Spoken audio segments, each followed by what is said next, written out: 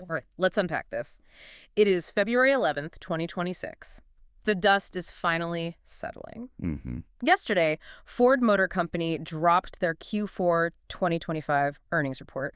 And look, I know what you're thinking. Right. You see earnings report and your eyes just glaze over. You're expecting a spreadsheet, some talk about margins, maybe a boring quote about, synergies. Which is, I mean, usually a fair assumption. Usually, yes. But this felt completely different. I was reading through the transcript last night, and it honestly reads less like a financial statement and more like a survival guide for the modern economy. It really is. We're talking about literal factory fires, massive tariff surprises that seemingly came out of nowhere, and a 100-year-old car company that is quietly trying to become a battery utility for data centers. It's a wild ride. If you look past the headline numbers, this report is a fascinating snapshot of a legacy giant trying to pivot while the ground is essentially moving under its feet.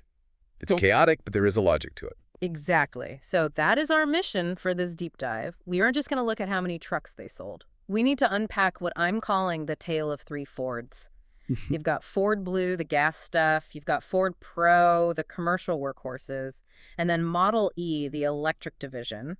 And spoiler alert, the parts of the business you probably think are boring are currently the ones saving the day. That is the headline. This isn't just about cars. It's a masterclass in capital allocation and adaptation.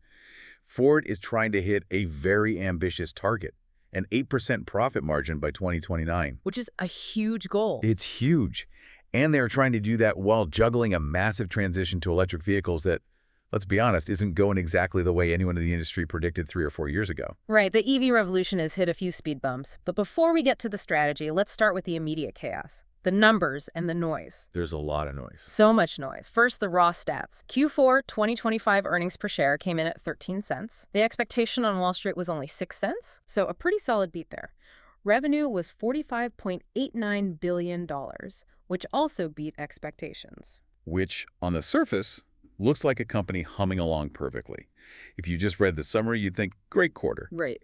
But if you were listening to the call, CEO Jim Farley didn't sound like a man taking a victory lap. Yeah.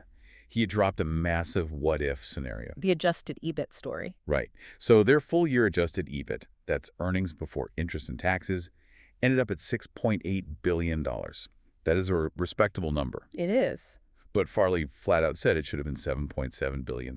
That is nearly $1 billion left on the table. Exactly. And that missing billion didn't vanish because nobody bought cars. It vanished because of 2 specific agonizing headaches that hit them right at the end of the year. Yeah, let's talk about these headaches because they sound incredibly frustrating. The first one is what they're calling the tariff surprise. Now, I'm looking at the notes here. How does a company the size of Ford get surprised by a tariff? Don't they have an army of lawyers and accountants? You would think. But this is a perfect example of how complex the regulatory environment has become for global companies. So there is a specific credit that Ford utilizes to offset their tariff liabilities on imported auto parts. Okay, so it's a tax break, basically. Roughly, yes. Yeah. A regulatory mechanism. Yeah. And Ford's finance team, their legal team, everyone was operating under the understanding that this credit kicked in on May 3rd. That was the date. May 3rd. Okay. But it turned out, due to a quirk in the final rule language, or maybe a misinterpretation, who knows, it didn't actually legally trigger until November 1st. November, that's a 6-month gap. Exactly. That is 6 months of retroactive credits they thought they had banked, which just evaporated into thin air. Yeah. That date mix-up alone cost them roughly $1 billion in expected relief. Wow. It's a paperwork error with 9 zeros attached to it. That is painful. I feel bad when I miss a deduction on my personal taxes, but imagine missing $1 billion deduction. It stings. But the second headache sounds even more chaotic. The Novelis incident. Right, the fires. This wasn't paperwork. This was physical.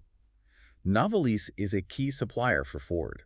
They provide the aluminum sheets used to build the bodies of some of their most important vehicles. We're talking the high-margin heavy hitters. The F-150 pickup and the Ford Explorer. The cash cows. Yeah. The absolute profit engines of the company. Precisely. So Novelis had a fire at their plant earlier in the year. That was bad enough. But then, just when things were supposed to be stabilizing, they had a second fire in November. Yeah. Second fire. A second fire. This halted production of those high-profit vehicles. And this is where you see the resilience of the company. Okay. Ford didn't just sit there and wait. They scrambled. Mm-hmm. They had to spend massive amounts of money on temporary sourcing, finding aluminum elsewhere, and paying for premium freight to rush it to the factories. So they are literally putting rolls of aluminum on cargo planes just to keep the F-150 line running. Essentially, because the opportunity cost of stopping the line is way, way higher than the cost of a plane ticket. But that scramble cost them roughly $2 billion in impact for 2025. So when you add the tariff mix-up and the fires together, you see why Farley was emphasizing the what if. Exactly. Despite taking these massive external blows that cost them nearly $3 billion, the company still grew revenue. And that's the takeaway. If you can take a $3 billion hit to the chin-literal fires and government paperwork disasters and still grow revenue to $187 billion for the year, that is a sign of underlying resilience. Which brings us to the tale of three Fords you mentioned, because not all parts of the company are carrying the same weight. Not even close. We have the golden child and the problem child. Let's start with the golden child, Ford Pro. The boring business that just prints money. I feel like calling it boring is unfair at this point. This is the commercial division work vans, fleet trucks. It sounds basic, but the numbers are insane. It is the absolute durability pillar of the company right now. Ford Pro generated over $66 billion in revenue and delivered $6.8 billion in EBIT. Hold on. If the total company profit was roughly $6.8 billion, that means Ford Pro is basically the entire profit of the company. It's very close to being the case. The other divisions break even or lose money, and Ford Pro pays all the bills. And here is the thing that makes Ford Pro so formidable. It isn't just about selling a plumber a van and saying good luck. They've built a moat. A moat, like a castle. Exactly. Investors look for a moat, a defense against competition. And Ford Pro's moat is data. 19% of Ford Pro's profit now comes from software and physical services.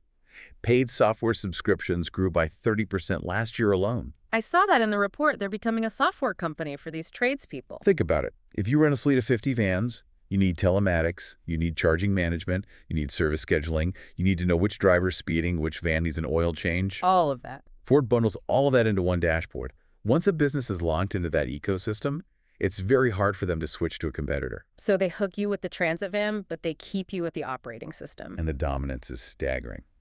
In the U.S., for Class 1 through 7 trucks, Ford has a 42% market share. 42%. That is roughly the size of their two largest competitors combined.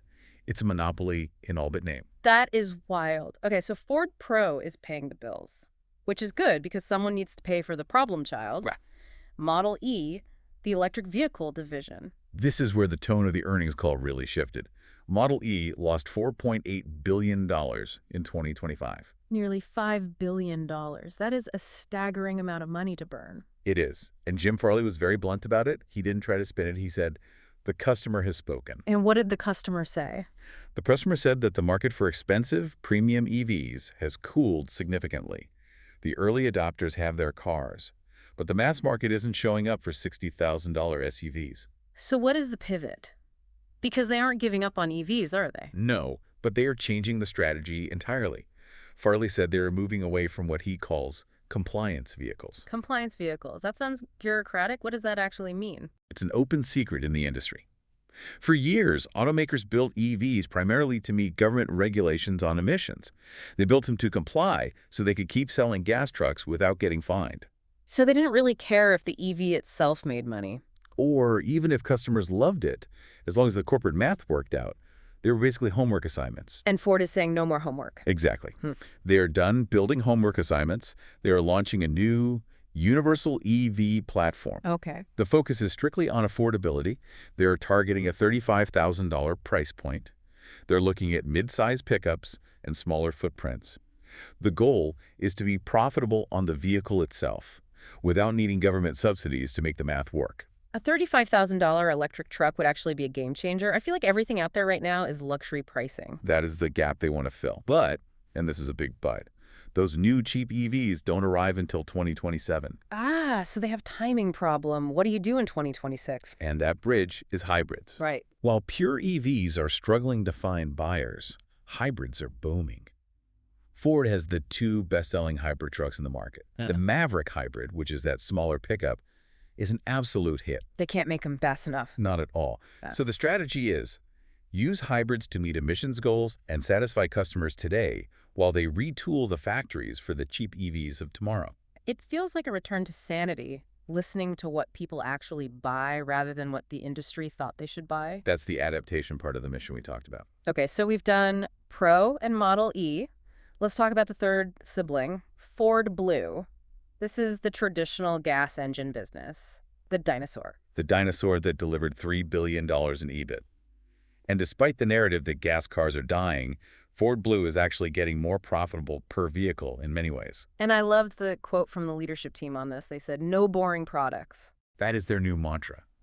They realized they can't compete with Toyota or Hyundai on cheap basic sedans. There's no margin there for Ford. So they killed them. Now it's all about enthusiast vehicles, the Mustang, the Bronco, the F-150. It's the fun stuff. It's the high-margin stuff. Yeah. Here's a stat that blew my mind. Off-road performance trims. So we're talking about the Raptor models, the Tremor packages, the Sasquatch trims. Okay. They now account for over 20% of their U.S. sales mix. Wait, 1 in 5 cars they sell are basically off-road race trucks. Or at least styled like them. And those trims carry huge profit margins. A Raptor costs a bit more to build than a regular F-150, but they charge a lot more for it. It's a lifestyle purchase. Absolutely. People aren't buying a Raptor just to commute. They're buying it to signal something about who they are. It's the Patagonia vest of the automotive world. Ideally with a little more mud on it, but yes. Yeah. And because they are selling these premium desirable vehicles, they've been able to be very disciplined with inventory. They ended the year with only 56 days of supply at dealers. Why does that number matter? 56 days. It matters because inventory is the enemy of pricing power. If a dealer has a lot full of cars that aren't moving, say, 100 days of supply, they panic. Oh, have to discount. They have to start offering massive discounts, rebates, cash on the hood to clear them out. That hurts profit and devalues the brand.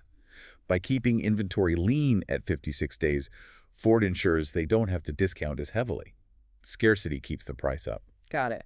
Okay, I want to shift gears because this was the part of the report that made me actually sit up in my chair. We talked about vans, we talked about Raptors, but then, tucked away in the strategy section, they started talking about the grid. This is the aha moment of the report. Ford Energy. Ford Energy. It sounds like a utility company. Because it essentially is. Look, Ford is building these massive factories to make batteries for cars. But cars aren't the only things that need batteries. Right. They are pivoting to use their battery manufacturing muscle, specifically with LFP batteries, which are durable and cheaper, to build storage solutions for the electrical grid and for data centers. And the timing on this seems perfect, right? With the AI boom. It's the perfect storm. You have the AI boom requiring massive amounts of power for data centers. You have grid instability in places like Texas and California. And here comes Ford. And here comes Ford saying, hey, we have the manufacturing capacity to build the storage batteries you need to back up that power. So if the car market slows down, they can just sell the batteries to a data center instead. Exactly. They view it as a high-growth startup inside the company. They're investing about $1.5 billion into this in 2026 alone. That's a huge bet.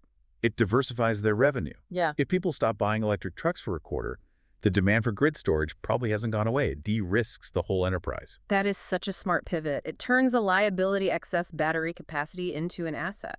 Speaking of tech, we also need to touch on autonomy. Right. They mentioned bringing the electrical architecture in-house. What does that mean, and why does it matter for self-driving? This is about controlling the brain of the car. Historically, car companies bought different computer modules from different suppliers. You get the brakes from supplier A, the steering from supplier B, the radio from supplier C. And you try to wire them all together? Right, and it's messy, it's expensive, and it makes software updates a nightmare. So Ford is saying, we are building the central nervous system ourselves. And the benefit there is? Well, one, it saves thousands of dollars per vehicle, which is huge. But two, it also allows them to launch Level 3 autonomy. Level 3 is eyes off the road, right? Yes. Current tech, like Blue Cruise, is Level 2. You got to watch the road. Level 3 allows you to take your eyes off. You can read a book, check your email. And most companies are putting that on super expensive cars. Exactly. On $100,000 luxury cars. Because Ford is bringing the tech in-house and lowering the cost, they plan to launch Level 3 on affordable cars. So you could have a $35,000 Ford where you can legally check your email while driving on the highway. That is the goal. And remember Argo AI, the autonomous startup that shut down. Yeah, Ford took a big loss on that a few years ago. They did. But they hired a lot of that talent back into an internal team called Latitude. So they kept the brains, but cut the overhead.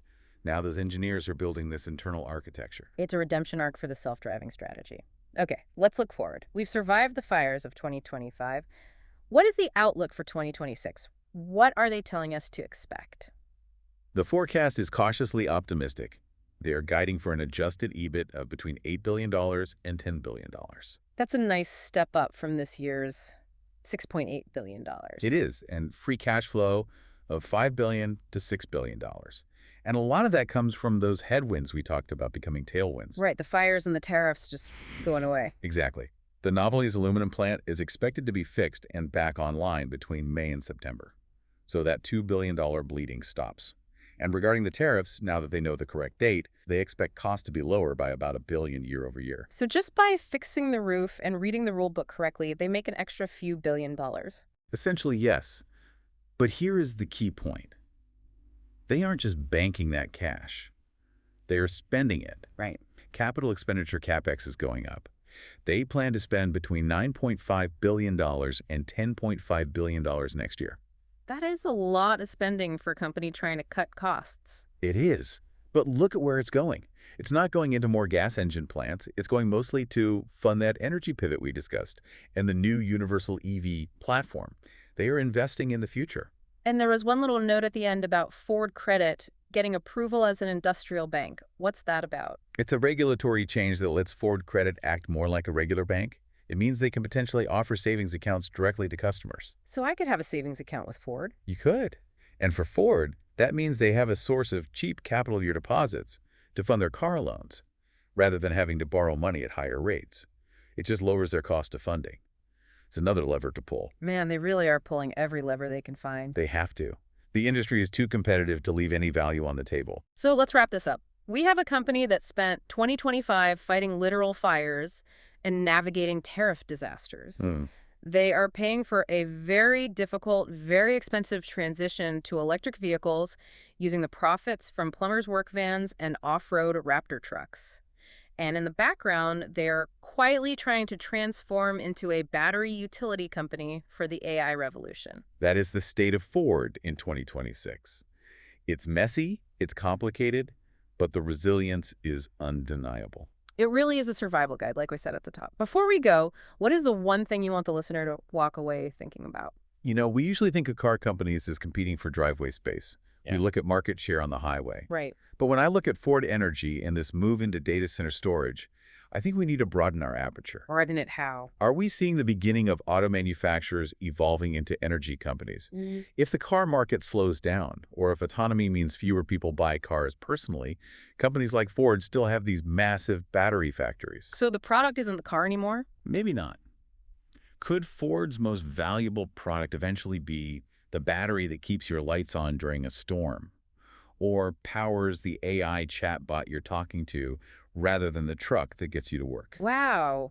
From the Model T to the power grid, that is definitely something to chew on. It's a brave new world. It certainly is.